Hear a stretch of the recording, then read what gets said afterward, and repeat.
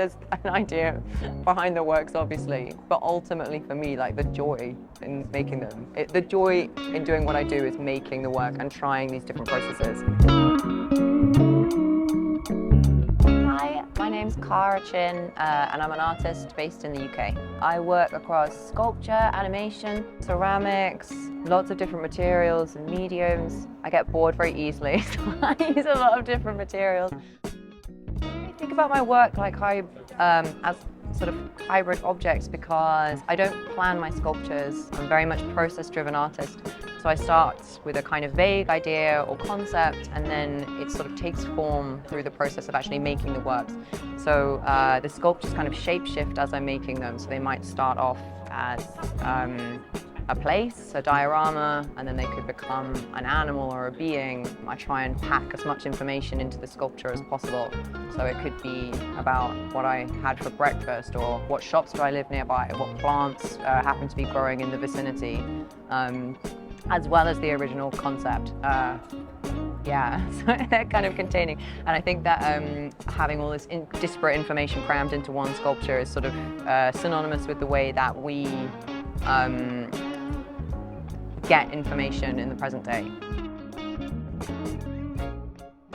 The way that I approach a topic often is trying to imagine that I am an outsider looking at present day culture. So for example, in this show, it's trying to imagine a sort of future civilization uncovering the present day. What would they think about it? What would they think about these sites that they would uncover? And then I've done previous works where I've tried to imagine that I'm a robot, sort of trying to fit into humanity, or what would an alien think about the present day? And I wonder if that approach is because, obviously being like half Singaporean, half British, I don't totally fit into either like culture completely, and that's not like a massive problem for me.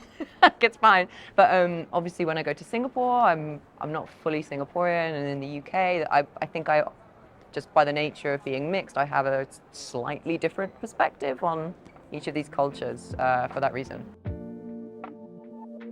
It's pressed flowers with resin. They're from my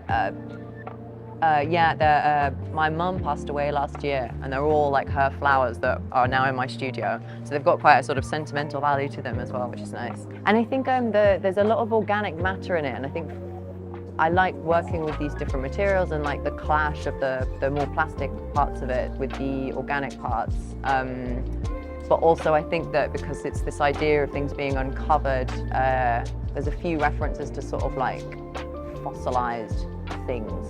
And I feel like the flowers kind of fit into this like preserved pressed flowers, and then there's a piece there where there are these moments where it looks like there's, I don't know, organic matter fossilized in the ceramic. It's not something that I think about specifically when I'm making work, but I think there's like very clear aesthetic things and choices and influences in the work that it comes through. There's an idea behind the works, obviously, but ultimately for me, like the joy in making them, the joy in doing what I do is making the work and trying these different processes.